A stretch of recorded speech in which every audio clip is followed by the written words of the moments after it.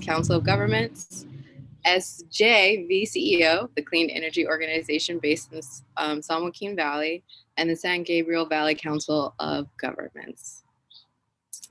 First, we want to give a quick shout out to our sponsors. Without their support, this would not be possible. We also rely on them to make this forum as accessible by keeping it at no cost. We also want to thank our promotional partners. Without their help, it would not be possible to spread this information throughout the state of California. We try our best to provide resources to all governments throughout the state, regardless of their location or access. We are in the process of winding down on our SEEC forum. We do have some upcoming events taking place. Our next event will be our Bpc Spotlight Event, and this one is particularly special because it's explicitly focusing on providing resources for disadvantaged communities. And we have our 3 remaining webinars taking place as well. If you're interested in signing up for that, you can go to this website right here where it says californiaseek.org, and you can register for that. There's a good chance you registered for this webinar on that website. And we will also provide a direct link to the website in the chat box. Just due to 2020 not panning out the way we hoped, we did have to make this all virtual forum. And so we're trying our best to create a space for individuals to network. So we created what we call a SEEC peer-to-peer network on LinkedIn. It's essentially a LinkedIn group creating a space where professionals in the climate and energy space can connect with one another. We encourage you all to join that LinkedIn group. You can see the link on the bottom of this slide, and we'll also be providing a direct link in the chat box. For this webinar, we do ask for you to submit your questions in the Q&A box. That makes it a lot easier for us to track your questions and ensure they get answered. For chat, we do encourage you to participate in the chat with your peers in the webinar. You can also chat us if you have any questions around technological issues. You can chat myself, Tia, Ryan, and Serena. And with that, I'll give it away to Nicole. All right. Thank you, Tia. Good morning, everyone. Thank you so much for choosing to spend your morning with us. My name is Nicole Mancineris. I am a program manager at the Energy Coalition, or TAC, and it's my privilege to return, actually, as a moderator for SEEC 2020. I've participated in a few forums now, spoke for the very first time last year, for 2 panels. And each year, this phrase is always on repeat. I hear it a lot. The energy landscape is changing. I definitely know I said that in my own presentations, and really that is now, an understatement of hyperbolic proportion. So this forum is reimagined as virtual in light of COVID-19, and I definitely miss the human interactions, of forums past, but it really remains an important space where those with the power to shape a more sustainable future in whatever landscape unfolds can come together in dialogue. And so I commend and thank the partners who make up the statewide energy efficiency collaborative for speedily adapting and choosing to convene the forum in this unprecedented year of upheaval. So also thank you to the Local Government Commission, Tia and team for hosting the forum webinars and helping us today. And of course, I want to acknowledge the 4 partner panelists joining me: Samantha Dodaro, Pam Bold, Katie Ward, and Kim Fuentes. I will provide proper introductions in just a little bit. So I think for now, we can advance forward. Let me pause a moment because I need to share my screen. And just need to toggle a minute. I believe we're all set now. And let's see. Are folks seeing the right thing on the screen? It is currently introducing today's panelists. Okay, brilliant. I think I'm good to go. And sorry, everyone, for the very brief pause there. So here we go. It is my pleasure to welcome you to Keeping the Focus Local, a conversation with SoCalREN regional partnerships. And here's our agenda for today. I'll provide some brief remarks highlighting the SoCalREN itself, and then I'll acquaint you with the new SoCalREN regional partnerships. We'll then frame the conversation by meeting our partners. I will briefly introduce our panelists, and then they will in turn introduce their organizations and the regions they serve.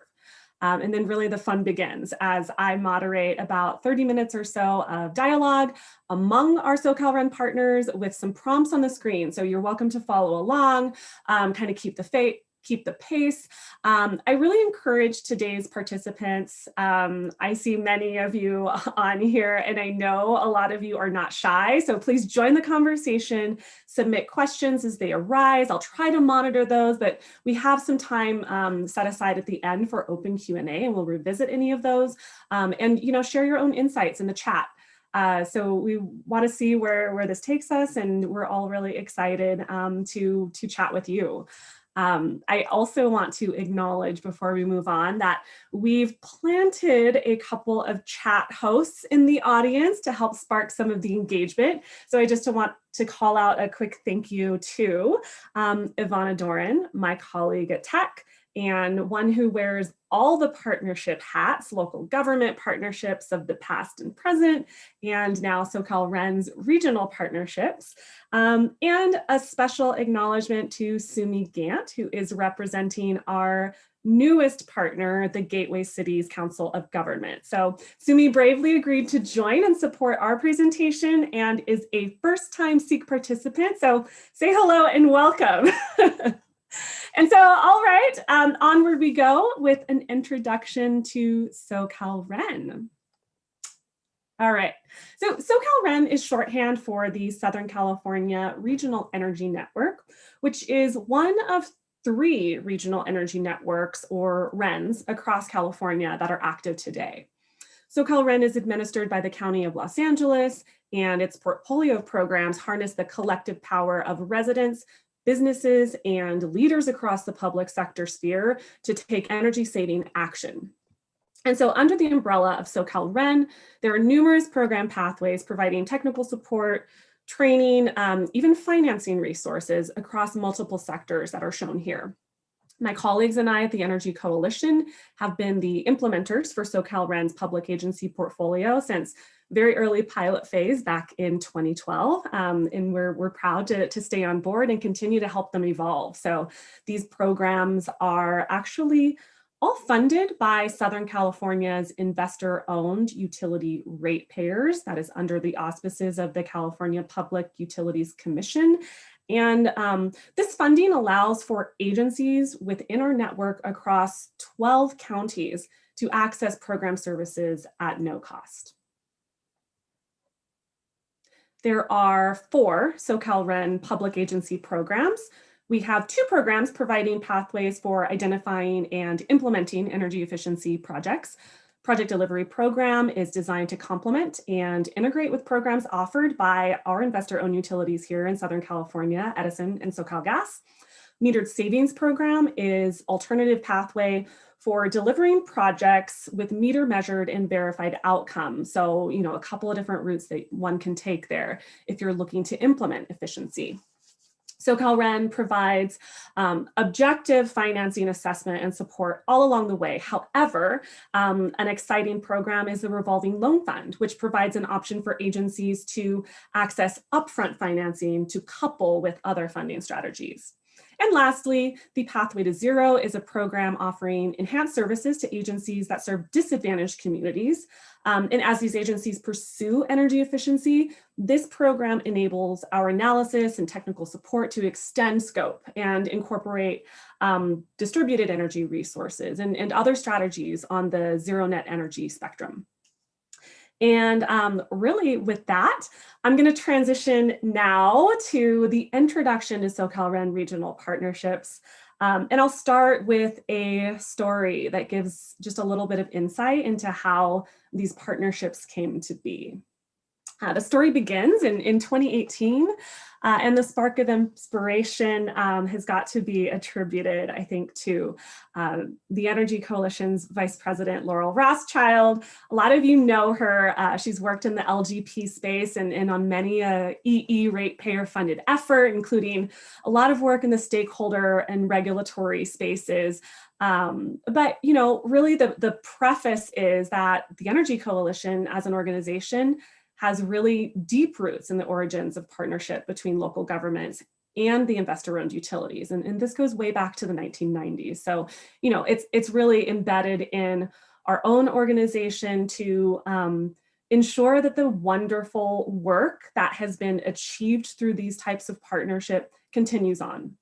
And so it started to become clear in 2018 that partnership funding, at least by Edison, would cease, and a very obvious gap was on the horizon in services.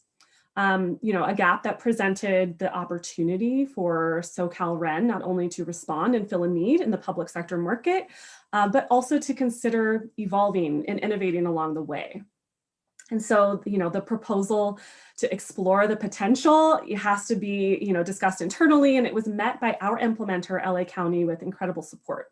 So the county shares our team's motivation to expand services and impacts more broadly, especially in ways that allow SoCalREN's programs to better serve disadvantaged communities, rural communities, and any of those who haven't traditionally had access to energy efficiency resources. That's been an important thing that really drives our continuous improvement through the years.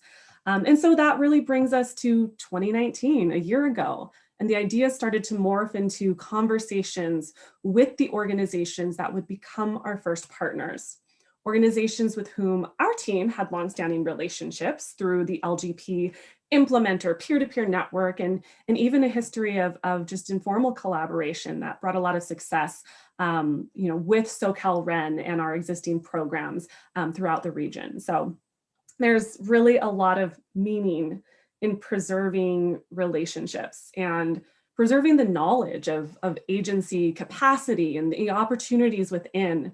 And it's also meaningful to have local representation, and each partner organization has working relationships with community leaders that extend beyond energy efficiency. And so we're really thrilled to be able to work with regionally focused nonprofits and councils of government because they are a trusted voice and a resource. They know their communities best.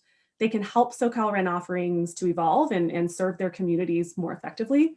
And they're passionate and dedicated folks. Most importantly, I think they were really excited for an adventure and to build something new from the ground up. And so with that, I will transition forward and show you who and where they are. This map displays where within the SoCalREN served territory our regional partners are working. So we have partners from the urban hub of LA County, the San Gabriel Valley COG, the Gateway Cities COG, and the South Bay Cities COG, all across to the Central Valley with the San Joaquin Valley Clean Energy Organization, who is actually our very, very first partner. Thank you for that. And all the way up into the High Sierra region with the High Sierra Energy Foundation. So we are really excited, and really, I think I'll just say that I'm so proud to showcase that we really have seen a lot of, you know, collective hard work demonstrate some impressive impacts that, you know, really it's not only representative of 1 year of hard work. A year ago, we started working with the San Joaquin team, and earlier in 2020, we started to bring on and welcome in our other partners. So really less than a year of hard work by our partners, and we feel we're building a solid foundation for the future that we want to build together. So what you see here really is representative of or reflective of the goal of our regional partnerships. And that is to increase SoCalREN impacts through enrollments, through enhanced engagement, and ultimately increase energy projects and their associated savings. And so what you see here, you know, with enrollments, expanding outreach, over 80% of everyone who we enrolled anew in 2020 alone came from our regional partner relationships. And so 18 newly enrolled public agencies representing not only cities, but there were 15 cities, but 3 community services districts. And that's really kind of beyond the scope that partnerships have seen before. So we're really excited to be engaging other types of agencies, K through 12 school districts and these community services districts, water, wastewater agencies and whatnot, and bring them into the fold and let them experience all the wonderful benefits of engaging with peers across their region. And so let's see, what were some of the other results? 23 presentations. So we really got to engage a broad spectrum of folks coming from public agencies across these regions, elected officials, definitely lots of folks in the public works facilities and maintenance teams, planners, and certainly even other partners in the region who are providing services and can come together to find more meaningful ways to provide resources. So that was very exciting. And also we pursued some interesting ways to shift services to virtual. And so put together a 3-part energy efficiency training series that would bring together a cohort. This number is actually kind of smaller. We have 29 agency staff, all representing facilities and maintenance departments participating in this virtual 3-part energy efficiency training series that is happening actually right this moment and next week and the week after, to bring a lot of great dialogue across a cohort and help them to learn a little bit more about how to address all of the COVID-19 kind of impacts that surround the use of energy in the spaces that they're managing. So that's just a little snippet of what we've achieved already and so much more to come. But I've got to end there and pivot over to tee up our conversation. So I'll frame that by introducing you to our partners.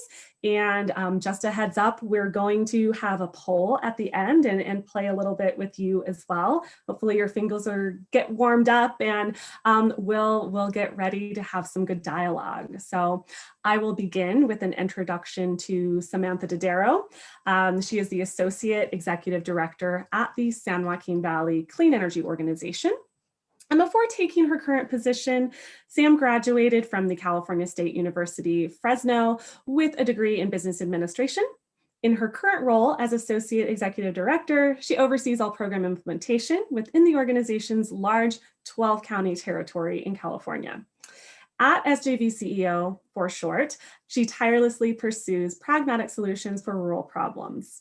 And because we wanted to have some fun and acknowledge, October's not only Energy Awareness Month, but it's the time of trick or treat and Halloween festivities. So Sam's favorite treat during this time is Reese's.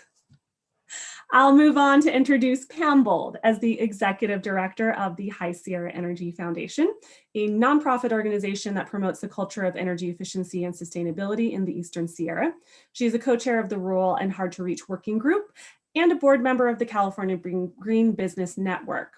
Pam graduated from San Diego State University and spent her early career in the technology field and couldn't be happier that she found her way to a role that allows her to have a positive impact on people and the environment.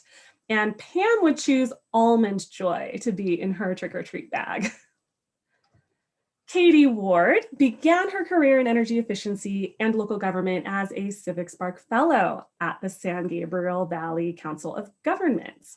So in 2014, that was where she got her start. And now in her current role as a senior management analyst, Katie is in charge of the day-to-day management of the San Gabriel Valley EnergyWise partnership, as well as the SoCalREN regional partnership.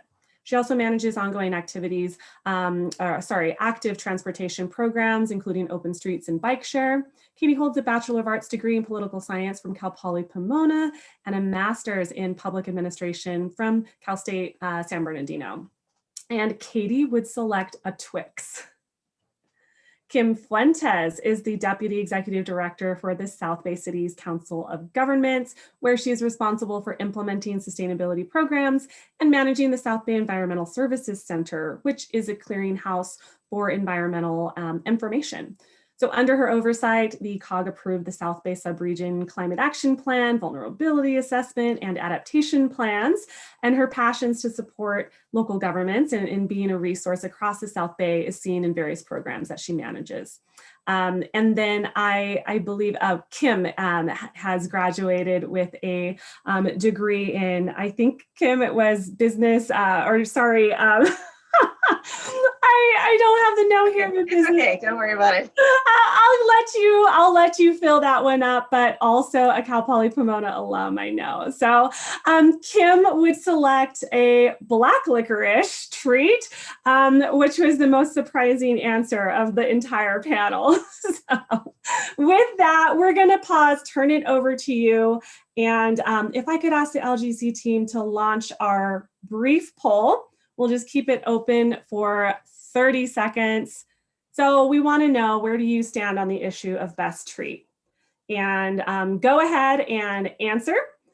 If you are on Team Reese's with Samantha, Team Almond Joy with Pam, Team Twix with Katie, Team Black Licorice with Kim. If you're undecided but just really want to try them all, or if you have very different ideas, we can just agree to disagree. So give just a moment.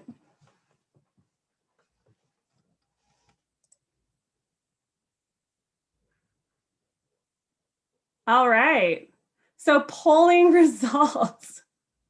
Sam, you win. Everybody is on Team Reese's. I'm not surprised. I love Reese's. They're pretty good. I will also just acknowledge from our chat host world, Ivana is also on Team Reese's, specifically the pumpkin shape.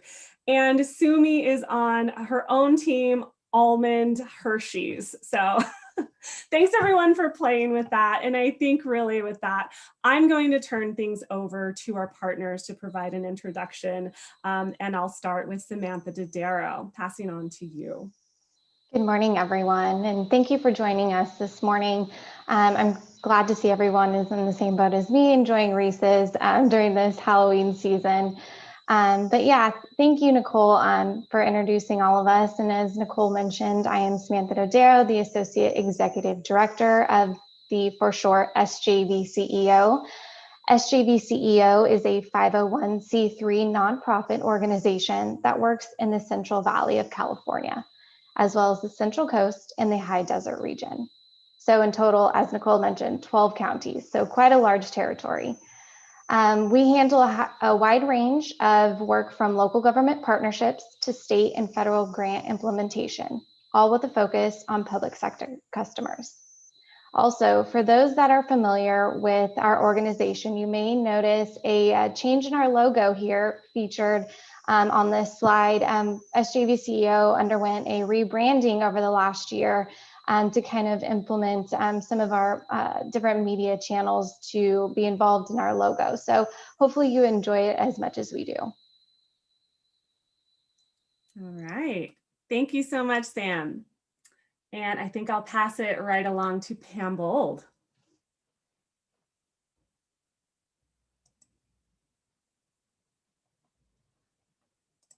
Pam, are you? Okay, here we go. There you go. Sorry about that. So good morning. Thank you for the introduction. I'm Pam Bold, the Executive Director for the High Sierra Energy Foundation, as Nicole mentioned.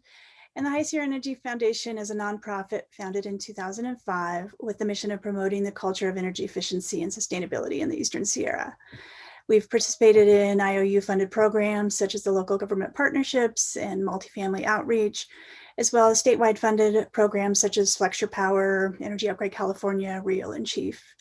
We're pleased to most recently have received a community-based outreach grant from the Los Angeles Department of Power and Water to provide education and outreach around energy and energy efficiency in the Owens Valley in Inyo County. And we implement the Eastern Sierra Green Business Program, from the California Green Business Network in both Inyo and Mono counties. And I'm pleased to be joining us here today. Thanks. Thanks, Pam. Katie Ward, handing over to you. Thank you. Again, my name is Katie Ward. I'm a Senior Management Analyst here at the San Gabriel Valley Council of Governments. The San Gabriel Valley Council of Governments represents 30 cities in the San Gabriel Valley, including the LA County Board of Supervisor districts in the unincorporated areas, as well as 3 municipal water districts. The mission of the COG is to be a sub-regional government leader and have a unified voice to maximize the resources of our member agencies. And the main priorities that we serve as a regional leader are the areas of transportation, homelessness, water, and the environment. And we implement many different grant programs in these different areas that we focus on. So very happy to be here today. Thanks, Katie. And Kim, apologies for the stumble, but I'll no, it's fine. That's fine. That's fine. Hi, I'm Kim Fuentes. I'm the Deputy Executive Director for the South Bay Cities Council of Governments, which is a joint powers authority. We are 16 member cities, and we also include portions of LA County unincorporated area in the South Bay. That is the South Bay area of Los Angeles County, for those of you that are in other portions of the state. And we do a lot of different kinds of programs as well. Of course, we've been involved in IOU programs in energy efficiency for many years. We also do sustainability programs, business program certification, transportation, homeless, seniors, broadband, all kinds of things. We really focus on bringing those programs together and leveraging those resources, as well as those relationships. Great. Thank you very much, Kim. And I think with that, we're ready to start our conversation, have a chat. I did notice that there is a question that queued up. I can answer that live and quickly just address it. So I'll read it out. Why are the San Diego County and southern tip of Orange County not included? I think this refers to the map that I had shown before. And so I'll just acknowledge when I mentioned our programs under the SoCalREN portfolio are funded by energy efficiency ratepayers. They're specifically those ratepayers within the Southern California Edison and Socal gas service territories. And so really what our region, as far as the coverage on the map, really blankets those two together. So I hope this appropriately addresses your question and kind of shows you a little bit of where our kind of boundaries lie in kind of articulating the communities we're trying to serve. And thank you so much for your question. But with that, I will go ahead and move right along and just talk a little bit about how our Q&A session will work. Go ahead, submit more questions. You're welcome to have a chat. I will begin with our very first prompt. I'll keep it up on the screen until we're ready to move on. But I'll go ahead and just read that out. So, partners, panelists, what is the main gap that you see this partnership filling in your region? And I will pose this question to Katie Ward first. Katie. Thank you, Nicole. And you kind of alluded to this in your introduction of the regional partnership. The COG here, we have been typically the implementer of the local government partnerships for Edison and Socal Gas to do energy programs. So in our cities, they don't have the resources to facilitate energy efficiency on a daily basis. So the regional partnership was really filling a gap that was needed, because with the sunsetting of this funding for Edison this year and soon to be sunsetting funding with Socal Gas, we're really excited to kind of continue that regional coordination with our member cities. Because they trust us in this sector. Again, it's been over 10 years, so it's like if we didn't have this resource, we were kind of actually worried, like what were we going to do, what were we going to tell the cities. So it's a very exciting opportunity and really happy. And I know Kim has some thoughts to share from her COG. Yes, and I would just echo those words. I think that cities really need that technical expertise. They need really the focus put on energy efficiency. So I think, they're busy. They have a lot of things that they need to do. And so as long as we're able to bring these services to them and continue the conversation, they will keep doing energy efficiency. with the gap sort of starting at the beginning of this year, we really found that as we started to talk to them again more towards the middle of this year, even in the middle of COVID, they were ready to move forward. So, and with that, I think also, Pam, I think you were wanted to mention some items there. Yeah, sure. Similarly, we had implemented the local government partnership for Southern California Edison. And in our territory, we only have propane, so we didn't have a partnership with SoCalGas. But again, those were only focused on partners with municipalities. And the partnership with the Socal Ren has expanded our reach to community service districts, school districts, and tribal jurisdictions, which we have several in our region. And so we view that expansion of services to a broader scope of agencies as the biggest gap that this partnership is going to be filling. Sam? Yes, so as Nicole had alluded to when we first started, SGVCEO was kind of the trial of regional partnerships. So for us, we, we're sunsetting with Edison and kind of ramping up our work with the Socal Ren. And so for us, it was pretty much just continuing to address the gaps that persisted for our partners. Many of our partners wear a few different hats within their organization, and they don't have time to know everything about everything related to energy and sustainability. So we are here to continue those resources and planning and conversations with our partners to make sure we don't lose that momentum. Right. Thank you, everyone. Are there any other responses at all before we scoot along? I think this was a little bit of a warm-up one, and we were really excited to have the opportunity to share a vision, and all of these things are exactly the reasons that we were excited to partner with your organizations. And so we'll move on to the next prompt, and I'm going to pose the question to Sam first. So what are public agencies in your region asking for? So, based in the different regions, partners can be asking for different resources and planning items. For us, it was really to go back to basics. SJVCEO has taken more of an energy coaching role for our partners. So we are revisiting the basics of, those partners that have benchmarked, where do we stand in the benchmarking process? How does their data look, the analysis of that data? And then that builds the case out for energy opportunities and projects within facilities and different lighting opportunities, whether it be street lighting or pumping projects as well. So we can walk partners through the process of identifying the opportunities and then turning it into like the turnkey process of, presenting the project to city council and financing opportunities and seeing that through. And our partners find that very beneficial, again, as it goes back to wearing the different hats and the capacity and time involved with all of that. And I know I'll turn it over to Pam. Pam is in a region that faces similar, challenges as well as the San Joaquin Valley.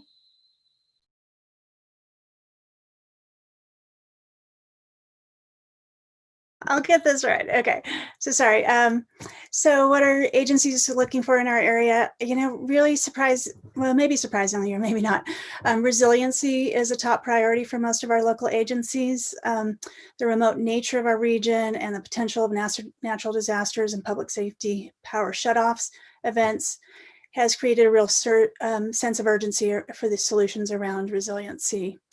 And I kind of feel like, whether an entity is doing their work around energy efficiency can go a little bit unnoticed, but if they can't provide essential services done with a power outage, that doesn't go unnoticed. So that would be our number one, I think, priority or on the top of most people's agenda. But then secondly, I'm not the first person to say this, but implementing energy efficiency programs in rural communities is simply different than in urban areas, and therefore our region hasn't always benefited as much from IOU programs in the same way as more densely populated regions. So our needs may, be more basic compared to others, meaning that fundamental energy efficiency expertise is still needed. And much of this goes back to capacity constraints. I mentioned in a previous presentation, I think at SEEC a couple of years ago, but in one jurisdiction that I worked with, the person dedicated to energy efficiency also was responsible for project managing construction of a skateboard park and mapping a cemetery. Okay, so like there are no sustainability directors in our region. Sometimes even staff isn't dedicated specifically to those functions. And now with with COVID, public works departments are being asked to, provide services well beyond their normal scope, such as permitting outdoor eating areas and, so many other things. So as you can imagine, capacity constraints and then funding are certainly big issues. Yeah. Kim? Sorry, yeah.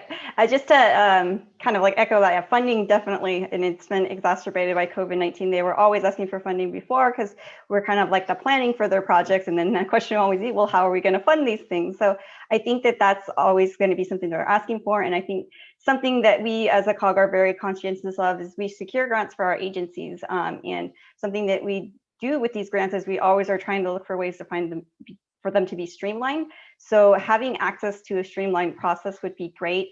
And just to have that be successful, we partnered with the Southern California Association of Governments, SCAG.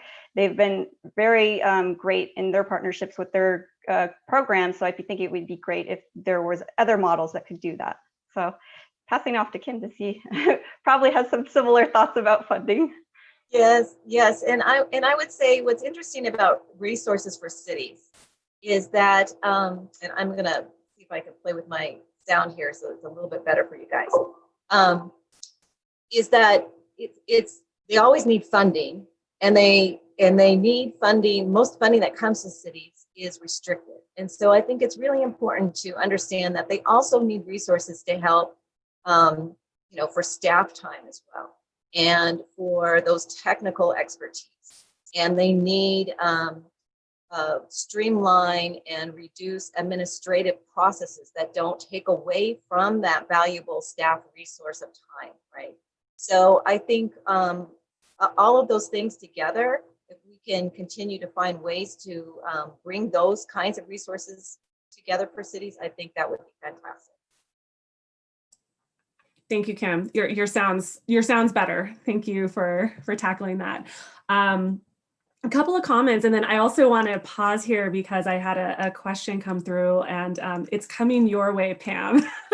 just a heads up. But yeah, Kim and Katie, you mentioned grants and streamlining and finding opportunities for funding from creative sources and ones we haven't tapped into in the past. I'll just acknowledge one of the great things built into our partnership agreements and objectives is some kind of pilot explorative opportunities, and there's joining Socal Ren's advisory committee that's built from some of the local governments and agencies we serve. We've also got some working groups that I know a number of you are sitting on, grant working groups and others as well. So yeah, I think it's been wonderful to already hear these ideas and engage with you about what opportunities there are for improvement. And then as promised, Pam, we do have a question, and let me scroll back up. Okay, so this question came from the chat from Michael. Interesting to hear that your rural region is propane heavy. Have you worked on building electrification retrofits? And he's heard that propane to electric is considered low-hanging fruit with much faster payback than natural gas to electric. So are any of these kind of things being explored? Certainly being explored, but slow. Slow. I guess it depends on really what, if it's residential, kind of what sector it is. Certainly in the public sector, some of that has been, we have done some work on that, but there's a lot of room to grow in that area as well. Yeah. Thank you. Thank you for the question, Michael. All right, I think we should scoot along a little bit. And let's move to our next prompt. Keep the questions coming, folks. COVID-19 certainly has changed the dynamic of the working world, and virtual services are becoming the norm, not just in our industry, but across industries of all types. So how is this an opportunity for energy efficiency program deployment? And Pam, I'm gonna keep you on the mic and throw this one to you first. Okay, great. So basically, not to diminish in any way the tragedy of this pandemic and the loss and hardship for that so many people have suffered. But I think if you look real hard, there may be a few little silver lining that came from this difficult time. Less vehicle miles traveled, to the acceptance of virtual meetings. And I think we can all agree that that's a bit of a mixed bag. But now audits and assessments can be done virtually, and that will certainly benefit our region. In the past, we would have to piggyback appointments, say like from a service provider, as it basically didn't make sense, to drive one way 5 or 6 hours for one agency meeting. And now that type of communication, these types of communications are part of the norm now. It'll provide more opportunities to access the technical expertise we need to involve in these projects. And then from a training perspective, as I mentioned, we have done outreach for programs such as Energy Upgrade California and REAL. But a program like Home Upgrade isn't going to be successful in a region if you don't have authorized contractors, right? And at the time, contractor training just wasn't easily obtainable online. And again, then on the flip side, it wasn't feasible for a contractor to send an employee, basically maybe on a 2-day trip, not providing services, not creating revenue for a 4, 6, or even 8-hour training class to get authorized to do those kind of, to be authorized for a program like that. So the shift in virtual workforce training, I think, can be a big benefit for us as well. And I have to apologize because my screen that my pass off is not working. So I'm not sure who goes next. You'll have to. No problem. We did a little bit of staging. Katie, I'm going to ask you to address the next. Yeah, and just kind of echo, not to downplay the bad about COVID-19, but to focus on the positives that it's had on our region and how it's, I would say it's increased attendance to not only of our energy efficiency side, but our overall board in general. To give you an idea, our board is composed of 34 member elected officials, so quite large. And typically we would have 22 of those come, but since we've been holding all of our meetings virtually, we've had almost our attendance has almost been 34 of our member board attending consistently. So definitely engagement, and I would say that this is mirrored on every area that we work on. And our energy efficiency working group that we have, our energy champions have increased participation, because I think going back to holding these meetings in person, although not quite the distance that Pam was alluding to for 5 hours, a 40-minute drive in traffic, sometimes it'd be like, well, I'm not going to go to that meeting, but now it's been way more accessible, and I think it's great. And I think we're trying to think of different ways, knowing that I don't think our world is going to be going back to normal. So we're definitely looking for different ways to increase engagement with our member cities. So I'll pass that off to Kim to give her thoughts. Yeah, and I think I probably don't have a lot more to add to this. I mean, we really are seeing huge increases of numbers of attendees. And, we've been on virtual meetings and where we had maybe 13 or 14 people RSVP, and the next thing I know, we've got 90 people in the meeting. So we would have never been able to have that kind of a reach in person. And so as we look forward to hopefully moving back into being able to see each other in person again, I think that we will continue to have some virtual presence as well, so that we can continue that reach. Sam, can I have you close out? Yeah. So, again, COVID-19 really threw us for a loop, and, we needed to change and adapt as quickly as we possibly could without dropping the ball for our partners and losing that engagement. So for us, again, we echo very similarly to Pam, and having these virtual opportunities for our partners and trainings and whatnot have opened quite a few doors for our partners that wouldn't typically be able to go to these opportunities. And another opportunity for us was to change our engagement strategy. So we really turned to our virtual engagement and educational opportunities online for our partners. So we created what we termed a work from home weekly edition of what we kind of form as a newsletter. So we would house, different topics from different rebate opportunities to, schools, to water, to pumps, different topics that our partners deal with on a day-to-day basis of, how can they save? What are, rebate opportunities? What's the conversation happening in the state and, around the US that they can engage in? And having that available at their leisure has really made a difference. So if they're packed with meetings and they get, half an hour a day to, kind of look at the newsletter and find what's important to them, it really made a difference. And we saw a lot of a boost in engagement numbers for us. And so our partners really enjoy it. And we've changed from the weekly basis to a monthly basis because we, continue to see that a lot of people are working from home and it's worked for them. Thank you. I know our communications team enjoys getting the prompt to send our learning bundles and whatnot. I mean, it's wonderful to be asked to share your resources and then see them, kind of extending out further than we'd even be able to get them. So yeah, much appreciated. Thank you. I don't see any questions that we might pause for. And so I think with that, we'll move to the next prompt.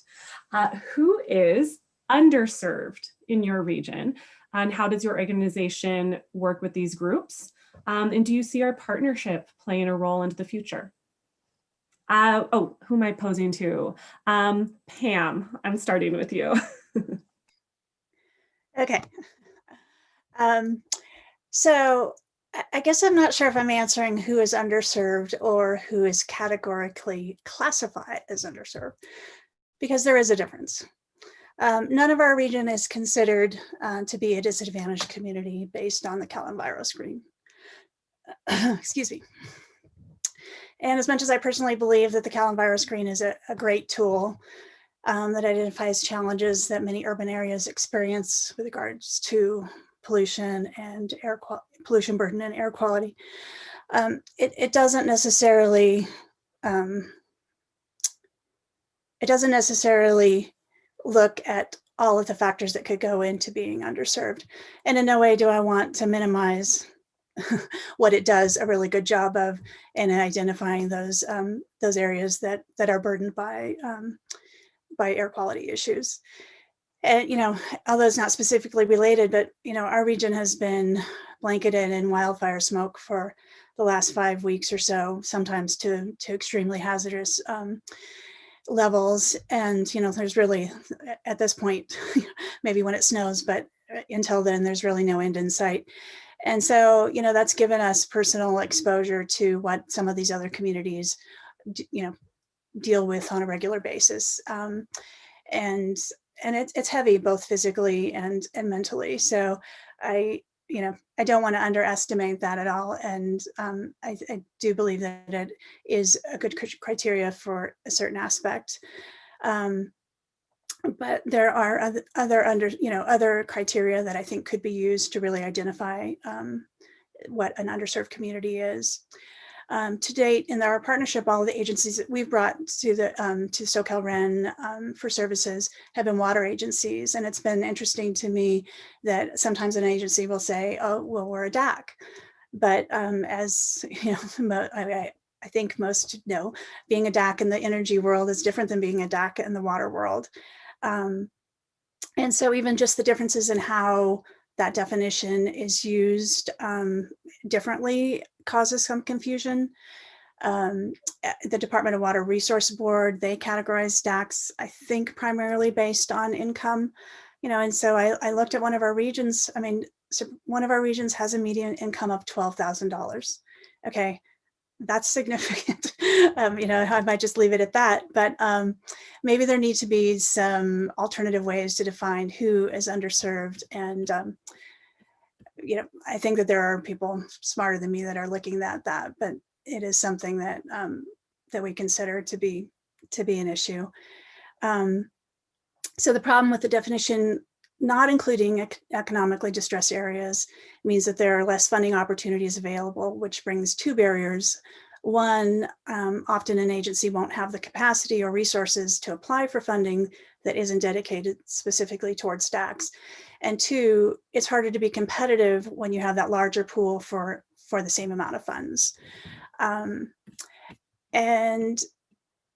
so that is, I guess, some of my thoughts on underserved. But on that topic, we, as our organization during COVID, got approved by Southern California Edison to approve energy assistance funds applications. And I have to tell you, although it's anecdotal, but certainly backed up by ACEEE or others, looking at these applications, there's an extreme burden on some rural community members for their energy burden. And so that's something that I don't know that always gets looked at in that definition. So yeah, so I think what we can do as the partnership, if we are bringing services that are saving energy and money to these public agencies, and that is being passed on to, to these consumers and users, then we are playing that role. And that's how the partnership is helping us do that. So that was probably more than you wanted. It's everything I wanted. Thank you. I'll pass to Sam, because I know that you share some of these challenges in the communities in your region are seeing, experiencing some of the similar sort of burdens. Right. And, in the San Joaquin Valley, in Central Coast and High Desert, many of these locales are, what we consider hard to reach. So, and we consider them to be those that are underserved. And, everyone deserves the right to, have those funds available to upgrade and make those differences when it comes to energy and water. Because again, like Pam had said, every dollar saved goes back into the community in some other way that those constituents benefit. And especially right now with COVID-19, every one of our partners is trying to make the most of their dollar. And so that's what we're here for. Any way that we can help them identify funding and anything, saving a dollar, getting an incentive, we are here for them. And, most of our territory is considered DACs and underserved. And so, wherever we can help them is where we're best suited. Thank you, Sam. I think we'll take it back to kind of the who's underserved in the urban communities, and I'll have Katie, you take it away. Sure, yeah, and I think I also want to focus, it's not also underserved, but also vulnerable populations in our San Gabriel Valley has to do with homelessness, and that's a big area that we focus on. And very exciting that we have a pilot program that's coming out very, very soon with LA County called the Green Pathway Career Program. This program provides transition age youth access to Building Performance Institute and energy auditor certifications by providing all of the training costs up front and doing a bunch of different things it's very exciting. So in case you don't know, transition age youth are young people between the ages of 18 and 24 who are in transition from state custody or foster care environments and are at risk of becoming homeless. So that's kind of where this partnership comes into play. The program builds jobs in the EE sector, so energy efficiency, and it assists our underrepresented disadvantaged youth in the area to get them access to career track jobs in the energy efficiency field, which there are many of. So we're really excited to have this opportunity with our cities in the region. And I see the regional partnership. I feel like we can come up with a lot of creative and innovative ideas with all these smart people on this panel today. So I think, yeah, pass it to Kim. Hi, and I just really quickly would say we're very excited to look at the Pathway to Zero program that's being offered through the SoCalREN, and using that. Not all of our area is considered DAC communities, but we do have some of those communities. and working really with like our chambers and our homeowners association, as well as our elected officials, to really reach those communities. Yeah, thank you. I've got a really great question, kind of bringing some of the conversation through the residential lens, but I want to move forward and make sure that we have some space to talk about that and kind of the beyond public agency sphere with what we have the potential to achieve here. So I'll just put a pin in that, but acknowledge, you know, thanks for a question that we will acknowledge a little bit later. Did I skip one? No, I didn't. Okay, so next prompt. What strategies have you deployed to engage diverse types of public agencies in your region? Pam, you talked a little bit about kind of going beyond that already, but I'm gonna throw it back actually to Kim first to address this prompt. Hi, yes, I think our subregion has done a very good job at reaching out to a variety of agencies. So we have official partners with water districts, with utilities. Socal Gas is a partner still with the COG, WRD, sanitation districts, Torrance Water. So we've been able to, at LA County Metro, so we've been able to really work with all of these different agencies, and we bring them together actually monthly. We have a monthly meeting, and they talk about their programs, and they do sometimes even joint projects. Joint projects have come out of it. Recently, we've identified a need. They do rain barrel giveaways, and so several of the water districts, LA City Water District is also a partner, is going to be doing a joint purchase with West Basin Municipal Water District. We've gone in and done projects at schools with dorms and doing energy efficiency and water savings programs. So we've been really blessed to have all of these agencies really working well together and continuing to be interested in that. And with that, I think also, Katie, you have a working group you wanted to talk about. Yeah, and you actually also stole some of my, we do a lot of the same things. We have monthly meetings and we stay engaged, and there's a lot of crossover between our agencies and the projects they work on. So yeah, definitely want to echo those thoughts. But our energy working group has been a great strategy for us to engage cities on a regular basis for energy in particular, and that meets every few months or so, and we've had great participation. I think the other way we kind of have deployed a strategy to engage is our recently launched Energy Champion Award Recognition Program. And that program was inspired by SE's Energy Leader Program model, which has sunset, and it recognizes agency at different tiers for performing various energy efficiency activities. And cities are very excited, surprising. I mean, I don't know, surprising or not, they really like the competition, so cities are competitive. And we've seen a lot of success in engaging elected officials with this program, because as you know, they're the ones that the buck stops with them. So it's been great that they love the program. So kind of excited to continue to see that going forward. And again, want to say that like water districts traditionally haven't been involved in our partnership. So we're excited through the SoCalREN regional partnerships, we can engage those water districts. So yeah, with that, I'll pass it to Pam to add her thoughts. Yeah, so I have a little bit of different spin on this this question, and we don't really have, we're pretty new in the process, so we don't have a lot of them, the agencies, working through right now. So what I'm going to take it a little bit differently of how you engage other agencies. And so what we did, we knew that during COVID that we thought focusing on water and wastewater would be the most fruitful, not quite as much distraction in that space. And so we reached out to, we have relationships with the regional water plan agency, and they have, many members. And so that was our first access to the group of water and wastewater agencies, was to go through them. They were a trusted partner, they had the contacts. And so that gave us, access to a group that we weren't traditionally involved in. And through that, it actually, gave us a relationship with, so another access point to the California Rural Water Association. And so, it broadened the scope of how we can engage other agencies. So piggybacking on, other organizations, I think is one tactic that we used. And then this may be a little bit of a small town thing, but really just asking people if they're finding success or resources that weren't available to them before.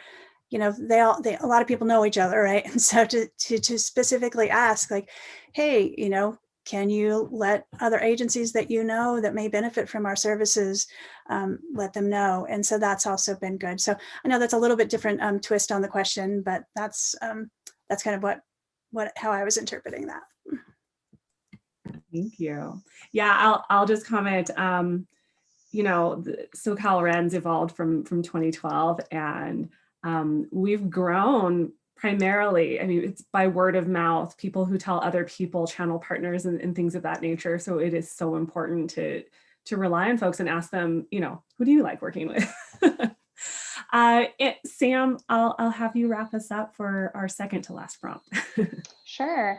In SJVCEO's territory, we are a little bit of a different being, as we have 3 utility service territories, so PG&E, SoCal Edison, and SoCal Gas. So when we had our local government partnerships, we had to try to strike the balance of, who are we offering these services to, as, each contract was a little bit different, and who we were able to serve. So through the SoCalREN, we've been able to reach out to schools and water agencies. And in the past, we've not had that ability or engagement with those institutions. So we're really excited about that.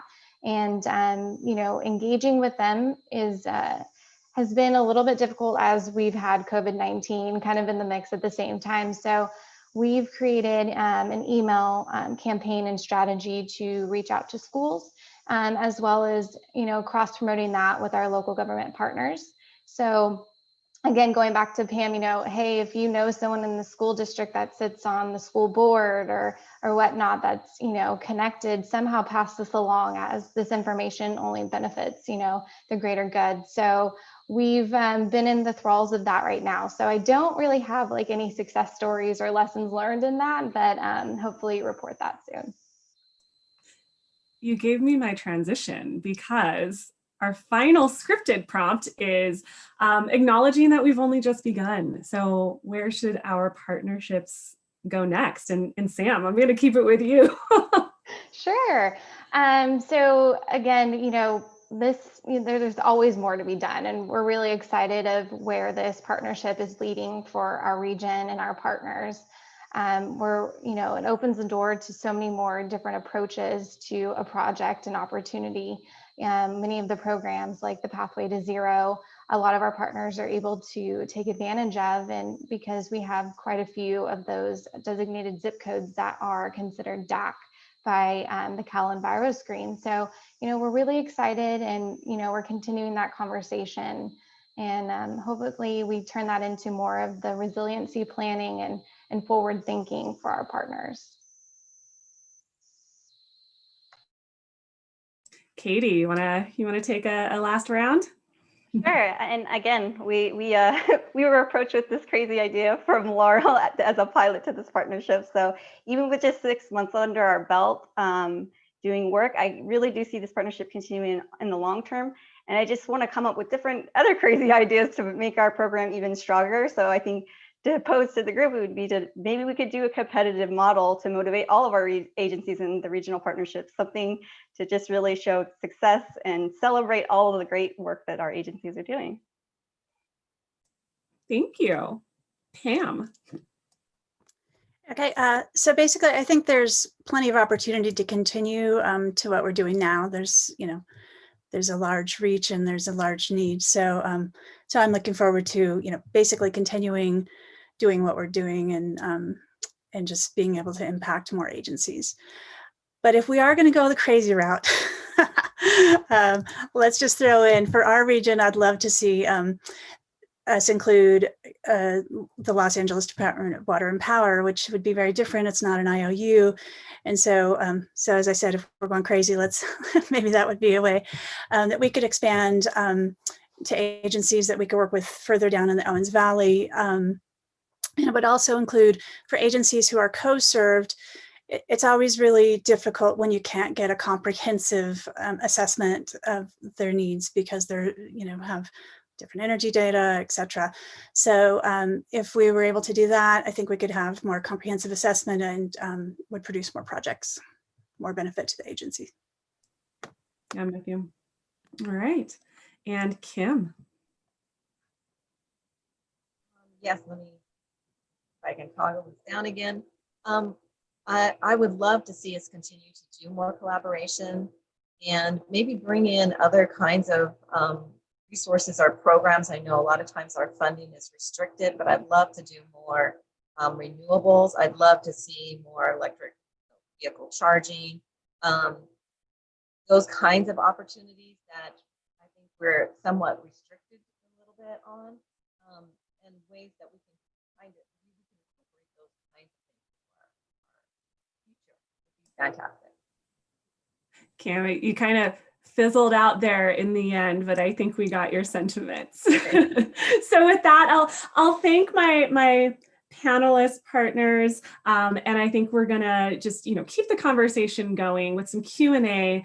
I've noticed a couple of things in the chat. I think we might have time for one or two more acknowledgements. So question for all panelists and popcorn, whoever would like to tackle this. What specific energy program do you believe is your agency's most successful program for residents in this region? So how are residents being served?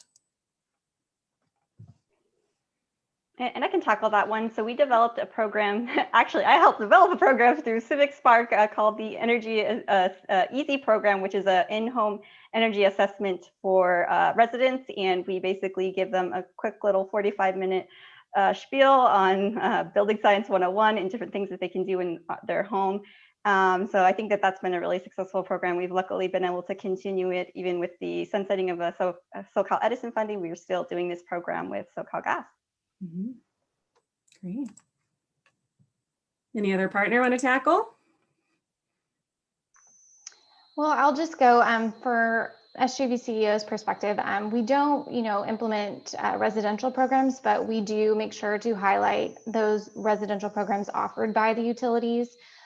So all three utilities, we make sure to bring out the weatherization programs, the care, and everything else that helps those that are income qualifying. And I've gone to multiple outreach events and people have circled back year after year telling me how great this program is and how much it's made a difference for them. Mm-hmm. And so any way that we can continue to do that, I think is always beneficial to our residentials. Great. Thank you. I'll just close this one with a final comment because SoCalREN does have residential programs serving the multifamily sector, a couple of them. And I know this is just a seed that needs to be watered and nurtured through our regional partnerships, but we are planning to, find ways to expand those and offer those to, regions, and definitely be collaborating with partners to make sure that those programs are, being facilitated as far as access. So I think I'll do a quick acknowledgement. Someone asked, have you spoken to SCE's pump testing efficiency program? So we absolutely have. There's ongoing collaboration, and Pam had mentioned some work with Cal Rural Water Association and the water management planning group in that region. We actually came together with the pump testing team and presented a really great webinar in the region that actually kind of sparked a little momentum growing. And so, yes, we are absolutely doing that. Looking at the time, 11:10. I see one last question. Riverside and San Bernardino counties working on getting approval for an Inland Empire REN. Yes, we're definitely aware. And what can SoCalREN do for the Inland Empire in the meantime? So this is a fantastic question. I'll go ahead and address that and just say we're definitely active and have been for some time, and will continue to be in the Inland Empire regions, and working in coordination, maybe informally right at this time with some of the COGs and local government partnership implementers out there. Certainly the folks who are also planning, and strategizing for this REN opportunity. And so I think there's still going to be a way to access our programs. You might not have a regional partner that can funnel those through, but we serve a 12 counties, and if there's any interest in exploring what those opportunities might be, you're welcome to contact myself, anyone on the team, because we want to reach out and make sure that we're getting to the farthest reaches and serving diverse and broad types of public agencies. I think with that, I just want to give a resounding thank you, to definitely Sam, Pam, Katie, and Kim. Thank you for joining me in this presentation. I'll say the entire SoCalREN team, we're all incredibly grateful to your partnership, to your enthusiasm. I want to thank Sumi and even Stephanie from the Gateway Cities COG. If folks are looking in the chat, they've provided some comments about some of the things they found in their region. Definitely disadvantaged communities, folks that are vulnerable according to various different indices and things like that. So we're definitely excited. We just launched with them, but we're grateful to have another exciting partner that helps us, explore kind of the crazy ideas and put them out there. Maybe they don't sound so crazy when you start brainstorming about what they might look like in reality. So contact information is all here. Feel free to reach out to me or any of our partners to keep the conversation going. And with that, I think I should hand the virtual mic back to Tia for a couple of minutes of closing remarks. So thank you, everyone. And Tia, back to you. Hi, thank you. Thank you, everyone, for attending this webinar. And thank you again to all of our panelists. Right now, hopefully you're seeing my screen. I'm sharing the upcoming events we have. We will send a link again in the chat so you can register for these events if it's of interest. We also have a post-webinar survey, which we would really be grateful if you all could fill out. It provides us helpful feedback on the content that we provide throughout the SEEC webinar. We really want to try our best to meet the needs of the different local agencies and jurisdictions throughout the state. And we also want to give another shout out and a huge thanks to our sponsors and also our promotional partners. And with that, I am going to stop sharing my screen. I thank you again for everyone for attending this webinar, and we hope you all are able to stay safe and go vote. So thank you, everyone. Have a good afternoon. Bye. Thank you, guys. Thank you. Thank you so much. Thank you, everyone.